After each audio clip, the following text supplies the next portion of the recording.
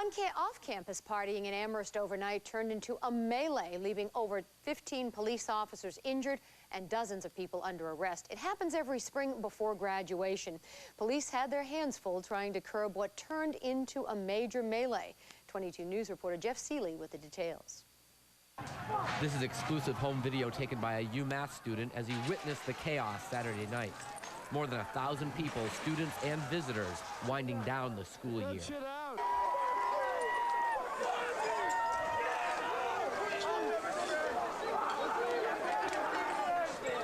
Cars were just passing by and they were getting hit with poles and bottles and everything and chairs thrown at them. It was pretty crazy.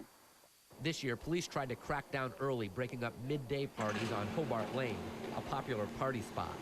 Diana Walsh, a UMass senior, was arrested and spent much of the day in jail. She says the only explanation she got from the Amherst police was that she and her group of friends were making too much noise. Because what noise? No one warned me. Nobody came to me and said, could you have friends leave? Could you turn down your music? Some residents on Hobart Lane welcomed the early police intervention.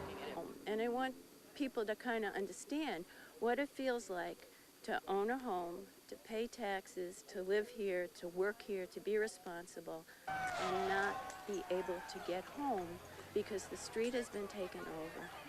But breaking up the Hobart Hoedown, as it's known, only seemed to rile those who wanted to have fun.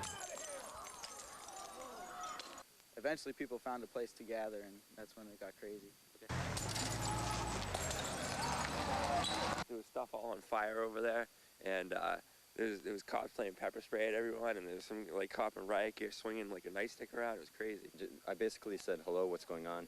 And I was shot with mace, and I was asked, you know, is that enough for you? I said, what's going on? And I was doused with mace. I was shot directly in the eyes with the stuff.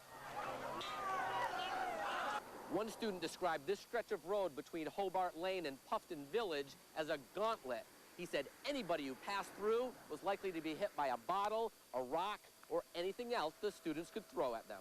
This is one of the things one of the guys was carrying. Another guy had a sign that they had broken off, a buff sign, that was about 6 feet long, and he was swinging it like a broadaxe out here on the street. By 11:15 p.m., police and revelers were battling head-to-head on North Pleasant Street.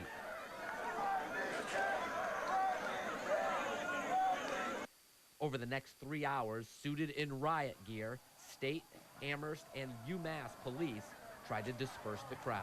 Well, I felt scared. I mean, I really didn't feel safe.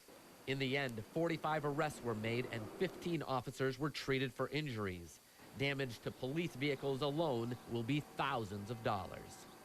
Jeff Seeley, 22 News.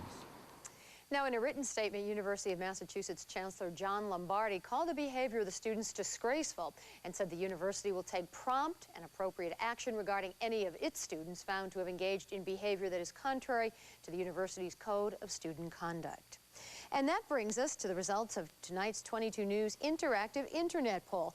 Tonight, we asked whether the town of Amherst should ban pre-graduation celebrations that frequently turn violent. 64% said yes, 36% said no. And a reminder, this is a voluntary and unscientific poll.